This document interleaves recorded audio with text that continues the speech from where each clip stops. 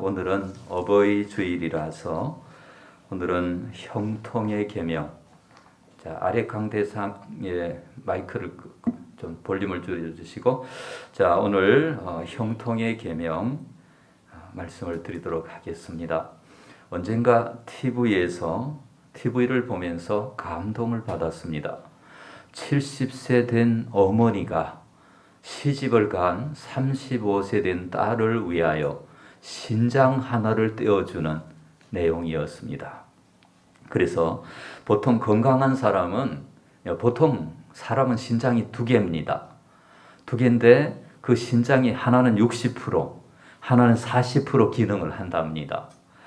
그런데 의료진이 이걸 설명을 하니까 그러면 어머니는 나한테 있는 그 60%된 신장을 딸에게 떼어주라 이렇게 말을 했습니다.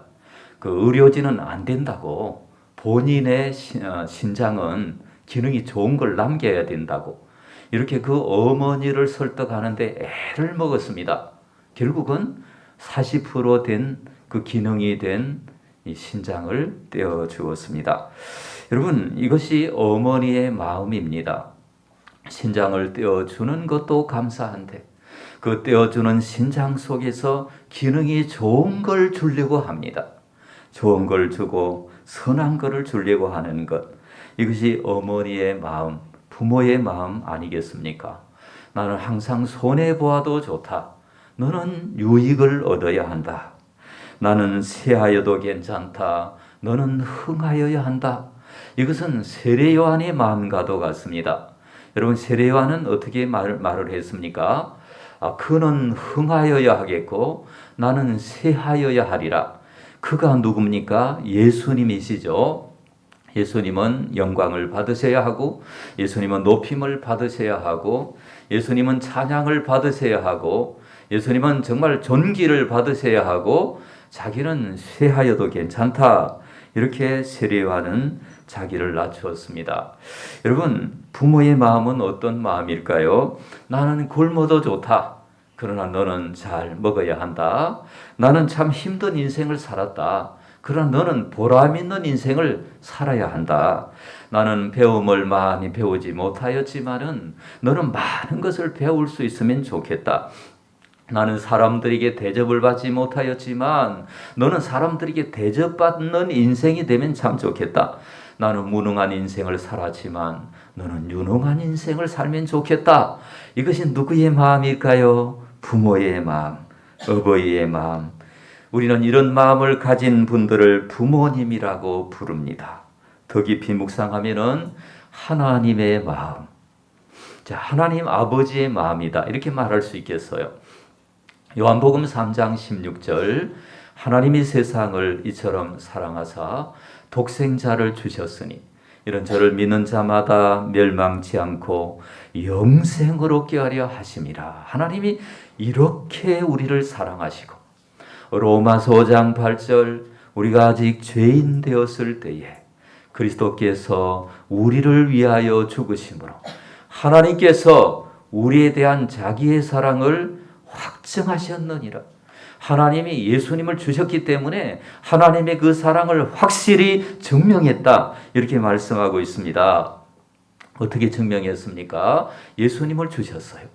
예수님을 주시고, 예수님이 고난당하시고, 예수님이 멸시받으시고, 예수님이 비참하게 되시고, 예수님이 무시당하시고 우리를 대신하여 죽어주셨습니다. 그것 때문에 너희들은 고통을 좀 이기면 좋겠다. 너희들은 죄악을 이기면 좋겠다. 너희들은 어둠의 정서를 다 이기면 좋겠다. 어둠의 정서가 무엇입니까? 불안, 두려움, 초조, 염려, 근심 이런 거 다 버리고 예수님이 이미 다 당해주셨기 때문에, 그런 그 고난들을 예수님이 이겨주셨기 때문에 너희들은 정말 자유함을 누리는 사람이 되면 좋겠다. 우리 하나님 아버지의 마음, 하나님 아버지의 마음이다 라고 말할 수 있습니다. 그래서 예수님이 십자가에서 죽어주셨기 때문에 우리에게 부활의 역사, 부활의 능력, 부활의 영광, 그 부활의 기쁨을 미리 앞당겨서 누리는 그런 사람이 되기를 우리 하나님은 원하십니다. 우리 하나님 아버지는 영적인 부모이십니다. 그래서 우리는 하나님의 은혜, 왜냐하면 우리 부모님을 허락하신 분도 하나님이시고 또 하나님의 은혜, 부모님의 은혜, 이거 정말 닮은 은혜다 이렇게 말할 수 있어요. 여러분, 인간은 죄인이기 때문에 부모로서 역할을 제대로 못하는 분들도 있겠지만, 사랑이 없는 분들도 있겠지만, 그런 경우는 극히 예외라고 말할 수 있고, 뉴스에 나오는 거 예외입니다. 지금 4천만 명, 5천만 명이 살고 있는데 뉴스에 나오는 그 좋지 않은 부모의 모습은 예외이고, 대부분의 부모님들은 뭐예요? 신장 떼어줍니다. 신장 떼어줘요. 그래서 하나님 앞에 정말 좋은 것을 자녀들에게 주는 것입니다. 여러분, 우리는 이제 십계명을 주신 배경을 잊지 말아야 합니다. 자, 출애굽기 20장 1절과 2절. 자, 부모 공경의 계명도 십계명인 거 아시죠? 자, 십계명 저 20장에서 쭉 내려가다 보면 5계명에서 십계명을 주셨습니다. 다 같이 읽겠습니다. 하나님이 이 모든 말씀으로 말씀하여 이르시되 나는 너를 애굽 땅 종 되었던 집에서 인도하여 낸 내 하나님 여호와니라. 예. 저기 보십시오. 이스라엘 백성들이 애굽에서 400년 동안 종살이 했습니다. 종과 짐승의 차이는 무엇입니까? 말을 할 줄 안다, 못한다. 그 차이예요. 차이가 없어요. 그러니까 짐승 취급받던 그들, 노예들을 다 건져내어서 자유인으로 삼아 주시고 계명을 주신 거예요. 이 배경을 잊어버리면 안 됩니다. 여러분, 영적으로도 마찬가지예요. 우리가 죄와 사망과 어둠의 권세 속에, 사탄 속에, 어둠 속에 살던 우리들을 하나님이 빛의 아들로 건져주시고, 빛의 아들로 건져주시고, 그 다음에 계명을 주셨다. 이걸 잊지 마시기 바랍니다. 아시겠죠? 그래서 거기서 우리가 이제 발견한 교훈이 하나 있는데, 우리는 이제 예수 안에서 해방된 존재고, 자유를 얻은 존재고, 하나님의 자녀된 신분이고, 이렇게 되었지만, 그럼에도 불구하고, 우리가 천사가 된 것은 아니거든요. 우리 속에 아직도 제약된 모습이 남아있거든요. 죄성이. 그래서 우리가 종처럼 메인 존재가 되면 부모 공경을 할 수가 없다는 것입니다. 그래서 우리가 특별히 우리 믿음의 사람들이 죄에 매이게 되거나 또 술에 매이게 되거나 뭐 술을 마신다고 뭐 구원을 못 받는다 이렇게 또 말할 수는 또 없겠지요. 그러나 믿음의 사람들은 또 그 습관의 노예가 되는 거, 어떤 각종 중독이라든지 하나님이 싫어하시는 것들, 이러한 것에 매여 있으면은 자유를 잃어버려요. 자유를 잃어버려요. 그리고 또 분노에 매이고 미움에 매이고 어떤 그 화에 매이고 한에 쌓여 있고, 그 예수 믿으면 이게 한을 다 이제 풀어야 됩니다. 이게 다 주님 안에서, 성령 안에서, 하나님의 능력 안에서 자유를 누려야 합니다. 그래서 헛된 가치관에 매여 있고 이렇게 되면은 우리가 우리의 그 계명을 지킬 수가 없어요. 우리가 부모를 섬길 수가 없어요. 부모 공경을 할 수가 없습니다. 우리가 매이지 않는 자유인이 다 되어야 합니다. 그래서 우리는 이동원 목사님이 이렇게 말씀하셨어요. 구원의 현대적 표현은 자유이다. 구원받았다는 증거가 뭡니까? 내가 자유를 누리는 거예요. 남의 자유를 보장해주고 내가 그리스도 안에서 참된 자유를 누리는 것입니다. 그래서 부모님을 우리가 공경해야 하는데 어떻게 하면 부모님을 공경하는 사람이 될 수가 있을까? 자, 잠언 23장 15절 말씀이 있습니다.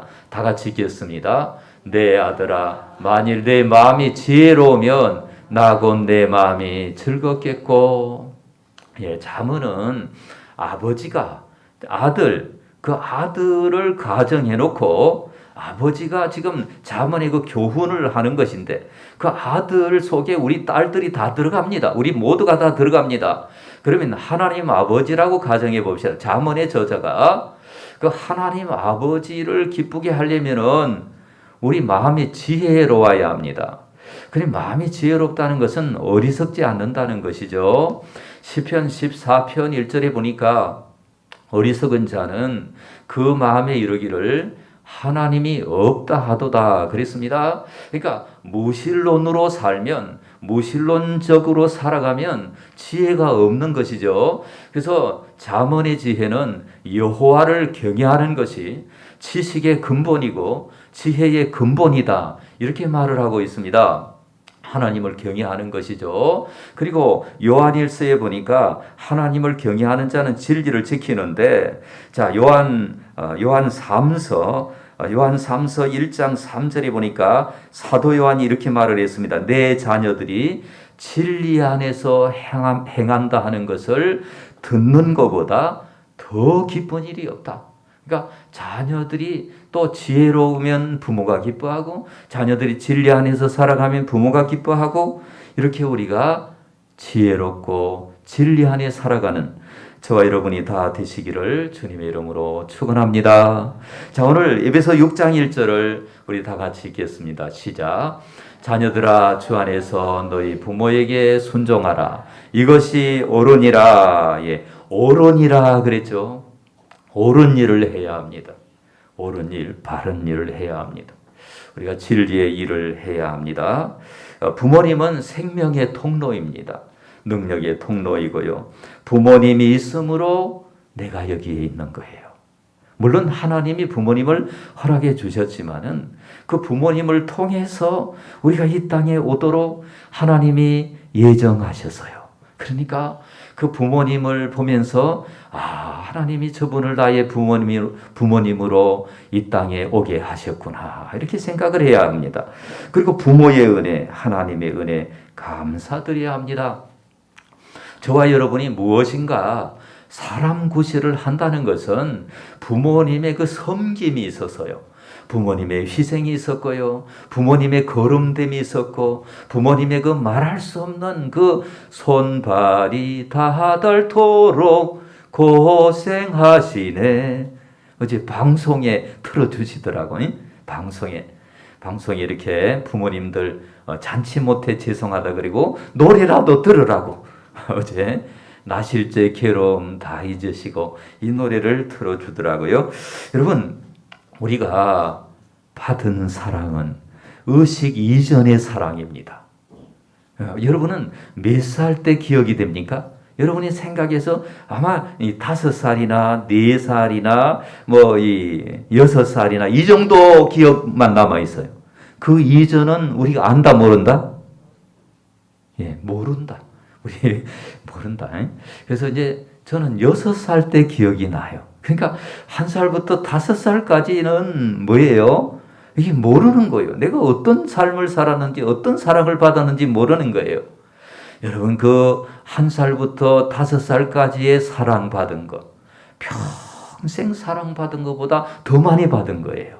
그때 부모님 우리를 기뻐해 주시고 사랑해 주시고 일으켜 주시고 그렇게 돌봐 주셨기 때문에 오늘 저와 여러분이 이렇게 사람 구실을 하고 있는다라는 것 잊지 말아야 합니다. 그래서 우리 인간의 도리는요, 뭐예요? 부모를 공경해야 되는 거예요. 여러분, 까마귀도 어릴 때는 어미가 까마귀 새끼를 돌봐요. 그러면 까마귀가 늙으면 어떻게 됩니까? 그냥 새끼가 커가지고 어미를 돌봅니다. 그러면 부모 공경을 못하는 사람은 까마귀보다 못한 사람이에요. 이걸 우리가 잊지 마시고, 중요한 것은 하나님의 명령이다. 따라해 봅시다. 하나님의 명령이다. 이거 해도 되고 안 해도 되고 하는 게 아니라 부모에게 순종하라 그랬잖아요. 순종하라. 하나님의 명령이에요. 여러분, 내 생각대로 할 수 있는 게 아닙니다. 여러분, 하나님이 왜 이런 걸 명령하실까요? 우리를 너무나 사랑하시기 때문에 우리가 이 땅에서 복을 받는 존재로, 이 땅에서 관계의 복, 부모와 좋은 관계를 맺고 또 사람들과도 좋은 관계를 맺는 이런 복을 받기 위해서 하나님께서 명령을 해 주셨습니다. 중요한 것은 부모를 용서해야 되는 경우도 있습니다. 왜냐하면 인간은 죄인이기 때문에 그 부모가 완전합니까? 불완전합니까? 불완전하죠. 부모들이 불완전하죠. 막 어릴 때 보면 막 부모님들이 막 욕설을 하는데 이런 걸 막 들으면 참 그 불완전한 모습들을 우리가 볼 수가 있습니다. 부모로 인하여 엄청난 상처를 받을 수도 있습니다. 그런 경우가 드물겠지만은 그럼에도 용서하려는 의지를 가져야 합니다. 제가 그 김남준 목사님의 설교를 들었습니다. 근데 김남준 목사님은 자기 그 부모님, 특별히 그 아버지가 너무나 무뚝뚝하고 너무나 이제 뭐 감정 표현도 안 하고 어릴 때 상처도 많이 주었고 근데 이제 김남준 목사님이 예수님을 믿고 나서 그 부모님을 용서하려고 했는데 세월이 많이 흘러가 버리고 그냥 얼마 안 돼서 이제 돌아가시고 말았는데 그 김남준 목사님이 그 마음속에 늘 그게 남아 있어서요. 어느 날 꿈에 그 아버지가 나타나셨는데 아버지가 무슨 비닐하우스 같은 데서 일을 하고 계셨는데 이제 김남준 목사님이 그 아버지를 찾아갔어요. 어버이날 같은 때 찾아가서 아버지의 그 어깨에 손을 탁 이렇게 얹으니까 아버지가 이렇게 돌아보시는데 이제 아버지는 돌아가시고 없어요. 아버지가 꿈속에서 이게 돌아보시는데 아버지한테 그 아버지하고 이제 울었답니다. 그러니까 그 아버지도 그냥 네가 왔냐 이러면서 이제 아버지를 안고 이제 울었는데 그 꿈속에서 울다가 그 우는 울음이 너무 이게 꿈속에서 우는 것이 너무 커서 잠이 깼대요. 여러분 그런 경우도 있을 수 있는 거예요. 그러니까 이 김남준 목사님의 마음 속에는 이 부모님에게 대한 그 용서를 하려는 마음이 있었다 없었다? 있었다. 왜? 부모님은 돌아가시고 없어요. 그 부모님은 정말 상처도 주고 그랬던 분이에요. 그러나 진리를 알고 말씀을 알고 나니까 그 부모님을 내가 용서해야 되겠다. 이런 마음이 있어서 그렇게 했어요. 그 김남주 목사님 복을 많이 받으셨어요. 자, 여러분 부모와의 관계가 막혀 있다는 것은 이거 조금 문제가 있다. 그래서 복음 안에서 풀어야 합니다. 그래서 그 십계명은 따라합시다. 십계명은 언약이다. 언약은 약속이죠. 약속. 하나님이 다른 계명들을 보니까 이 약속이라고 말하지 않았습니다. 그냥 명령만 해서요. 그러나 주 안에서 내 부모를 순종하라. 이것이 옳으니라. 이것이 약속이 있는 첫 계명이다. 약속이에요. 이 약속은 뭘까요? 쌍방이 실천하는 거예요. 여러분, 내가 부모님에게 효도를 하잖아요. 그럼 하나님이 움직이시는 거예요. 하나님이 저 집사가 저 권사가 저 성도가 자기 부모에게 이렇게 효도를 하는구나. 나도 그를 위해서 뭔가 해야 되겠다. 하나님의 약속이에요. 이거 여러분 잊지 마세요. 그래서 자 출애굽기 6장 7절에 보니까 다 같이 읽겠습니다. 너희는 내 백성으로 삼고 나는 너희의 하나님이 되리니. 이렇게 이제 자기 백성으로 삼고 내 백성이다. 나의 자녀다. 하나님께서 특별히 이렇게 하시는 것입니다. 그 약속을 내가 하나님 앞에 이런 약속을 지키잖아요. 그럼 하나님도 약속을 지키는 거예요. 하나님도 가만히 계시는 것이 아니라 하늘에서 전지전능하시기 때문에 우리를 내려다보시면서 약속을 지켜주시는 하나님이심을 믿으시기를 바랍니다. 이걸 우리가 잊지 말아야 합니다. 여러분, 우리의 부모, 우리는 어쩔 수 없이 억지로 마지못해 효도하는 것이 아니라 한 걸음 더 나아가 공경하고 사랑하는 저와 여러분이 다 되시기를 주님의 이름으로 축원합니다. 이것이 막 어쩔 수 없는 윤리라고 생각을 하잖아요. 이게 부담이 돼요. 부담이 되고 이거 막 어쩔 수 없이 내가 이 부모를 성경에서 이게 섬기라고 하니까 섬기는구나. 이거 윤리는 그래요. 그러니까 윤리의 차원에서 우리가 더 벗어나서 우리는 윤리적으로도 흠이 없고 하자가 없어야 해요. 그러나 그런 거 그 정도 지키는 것이 아니라 더 벗어나서 부모를 공경하고 부모를 사랑하고 부모를 축복하고 하나님은 저와 여러분이 복을 받기를 원하세요. 정말 간절히 원하세요. 믿습니까? 복을 받고 누리기를 원하세요. 복음을 누리고, 복음의 능력을 누리고, 복음의 능력이 여러분이 알고 있는 거 그게 전부가 아니에요. 어마어마한 능력이 그 속에 들어있어요. 그 복음의 능력을 누리고 자유를 누리고 정말 감사한 인생을 살고 우리의 삶의 조건이 어떠하든지 간에 하나님을 믿었기 때문에 하나님이 주시는 엄청난 은혜가 있습니다. 믿습니까? 그러기를 하나님이 원하고 계시는데 우리가 이 언약이라는 걸 잊어버리기 때문에 그것을 못할 때가 있다라는 겁니다. 자, 그래서 6장 3절 말씀 우리 다 같이 한번 읽겠습니다. 이로써 내가 잘되고 땅에서 장수하리라. 예. 부모를 공경하는 사람을 하나님께서 잘되게 하신다. 여기에 잘된다는 말은 형통한다는 말이에요.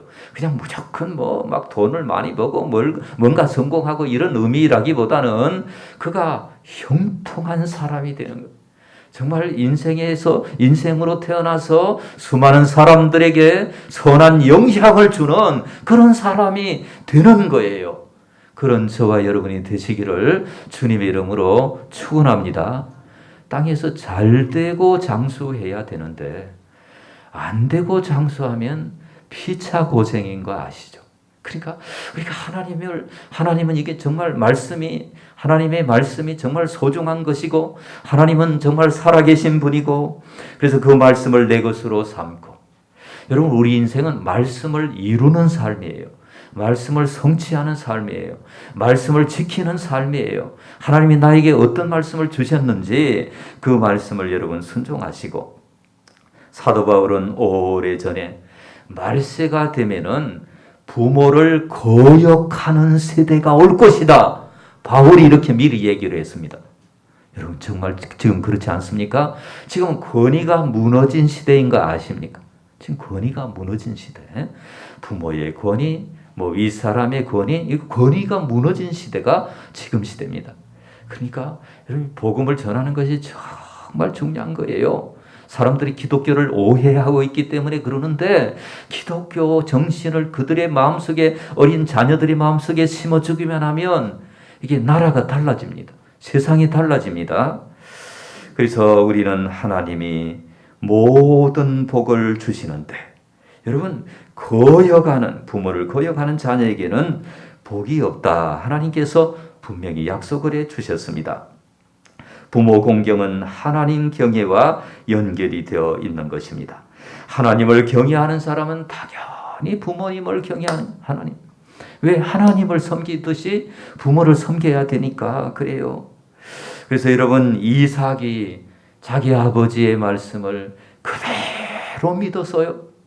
그랬는데 이삭이 농사를 지었는데 그때는 주업이 농사잖아요. 농경 문화에서 그해 농사가 지난해보다 100배나 더 많이 되었다. 이런 기록이 성경에 나오고 우물을 파는데 다른 사람이 파면 우물이 안 나와요.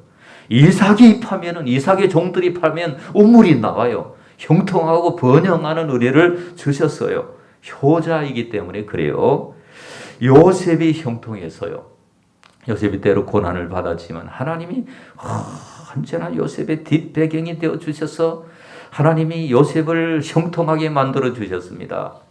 그래서 요셉을 통하여 그 아버지가 효도를 받았는데 147세를 사셨죠, 야곱이.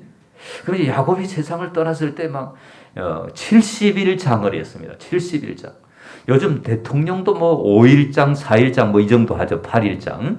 근데 오늘 그 요셉의 아버지 야곱이 세상을 떠났을 때 70일을 애곡하는 그런 어떤 그 형통함의 모습들을 보여주었습니다. 요셉이 그렇게 부모를 공경했기 때문에 그래요. 하나님께서 복이 부모로부터 전해지도록 하셨습니다. 이스라엘 족장들은 자녀들에게 축복권을 가지고 이삭이 야곱을 축복하고 야곱이 12아들을 축복을 합니다. 그러니까 야곱이 축복하는 그대로 됩니다. 창세기 보니까 그대로 축복이 이루어져요. 그래서 부모님들은 자녀들을 계속해서 축복하는 그런 기도를 드리시고 축복하는 은혜가 있기를 주님의 이름으로 부탁을 드립니다. 자, 16세기 독일의 개혁자들은 하이델베르크 교리 문답을 만들었습니다. 하이델베르크 교리 문답을 만들었는데 이렇게 적어 놓았습니다. 그 중에 일부입니다. 다 같이 읽겠습니다. 부모 공경은 부모처럼 나에게 권위를 가지도록 하나님이 정하신 모든 사람에게 존경과 사랑을 다하는 것. 예. 자, 부모님이 이제 세상을 떠나시고 없어요. 그러나 부모님처럼 부모님과 같은 위치에 있는 부모님처럼 그런 그 사회적인 어떤 그 가족적인 그런 그 배경이 있는 분들, 이런 분들을 다 권위를 줘야 된다라는 것입니다. 그래서 공손한 순종으로 그들의 가르침에 순종하는 것입니다. 하나님의 뜻이므로 그들의 잘못도 용서를 해주고, 이런 하이델베르크 교훈이 여기 교리가 들어 있습니다. 다시 말하면 윗사람들에게 대한 존경과 공경을 포함한 것입니다. 그래서 부모의 자리에 있는, 부모와 동등한 권위의 자리에 있는 이들에게 존경과 공경을 이루라, 이렇게 하이델베르크 교리 문답이 16세기에 독일에서 저렇게 만들었습니다. 여러분, 윗사람들과 좋은 관계를 가지며 살아가는 것이 축복된 인간관계를 누리는 놀라운 비결입니다. 공동체나 회사나 여러 가지 단체나 여러분 가정에서나 여러분 그 윗사람들과의 관계가 좋지 않으면, 리더와의 관계가 좋지 않으면 어떻습니까? 그 현장이 스트레스 쌓이는 현장이 되는 거예요. 그러나 윗사람들의 관계가 좋은 사람은요, 이게 길이 열리고 이게 승진의 기회들도 일어나고, 물론 믿음으로 살다가 승진이 안 되는 경우도 있습니다만 그런 경우는 예외고, 그런 경우는 반드시 하나님이 복을 주시고, 이 보편적으로 보면은 부모와의 관계가 좋은 사람이 회사에서나 사회에서나 여러 가지의 인정을 받도록 되어 있습니다. 물론 예외가 있죠. 예외가 있습니다. 그러나 예외는 일부고 일반적으로 그렇습니다. 부모와의 관계가 좋은 사람이 잘되고 장수하도록 하나님이 정말 불꽃 같은 눈동자로 위에서 지켜보시고 이대로 행하시는 것입니다. 부모 공경에 대한 보상을 이루는 것입니다. 부모와 관계가 좋은 사람이 잘되고 장수하도록 하나님께서 복을 주신다고 하셨습니다. 여러분, 그래서 부모님을 사랑하시고 공경하시고 부모님께 좋은 걸 해드리시고, 여러분 부모님에게 최고의 선물이 무엇입니까? 부모님께 대한 최고의 선물은 복음을 전하는 것입니다. 부모님께 대한 최고의 효도가 뭐예요? 복음을 전하는 것입니다. 하나님 살아계심을 전하는 거예요. 하나님의 능력을 증거하는 거예요. 하나님의 역사를 전하고 하나님이 살아계시고 하나님을 의지하고, 그래서 남은 생에 하나님과 의지하면서 살다가 천국에 올라가는 것입니다. 여러분, 잠언 23장 22절 말씀해 보니까 내 늙은 어미를 경히 여기지 말라, 이런 말씀이 있어요. 너 늙은 어미를 경히 여기지 말라, 이 말씀을 새겨 들어야 합니다. 이 말씀은 뭐냐면 경히 여긴다, 이 말은 업신여긴다라는 의미예요. 업신여긴다. 부모의 품위와 권위를 떨어뜨린다라는 겁니다. 그러면 부모의 품위와 권위를 세워드리는 것이 뭘까요? 부모의 영혼을 업신여기지 않는 것이 뭘까요? 전도입니다. 전도. 부모님에게 정말 하나님의 살아계심을 전하고, 어떻게 하든지 부모님이 하나님과 함께 사시도록 그 남은 생에, 요즘에 어제 뉴스를 보니까 얼마나 우리 노인들, 어르신들, 홀로 있는 분들이 외로워하고 힘들어하는지요. 그들이 외로움은 죄라는 거죠. 우리 어떤 분은 그렇게 얘기를 했습니다. 우리 하나님을 의지하면 홀로 있을 때 기도하고, 혼자 있을 때 찬송하고, 혼자 있을 때 묵상하고, 혼자 있을 때 하나님을 찬양하고 하나님의 능력을 받고 믿습니까? 그렇게 하나님 홀로 있는 것을 또 잘 견딜 수가 있습니다. 우리 어르신들에게 하나님의 살아계심을 전하는 저와 여러분이 다 되시기를 바랍니다. 여러분, 부모 공경의 계명 최고의 형통의 비결이에요. 여러분, 땅에서 잘되고 장수하는 비결이에요. 이런 복을 오늘 저와 여러분이 다 받고 하나님께 영광을 돌리는 아름다운 역사가 있기를 주님 이름으로 축원합니다. 기도하도록 하겠습니다. 하나님 아버지 감사합니다. 오늘 형통의 계명, 이렇게 형통의 계명이라는 제목으로 우리가 말씀을 들었습니다. 때로 우리가 부모님을 생각하면 마음이 아픕니다.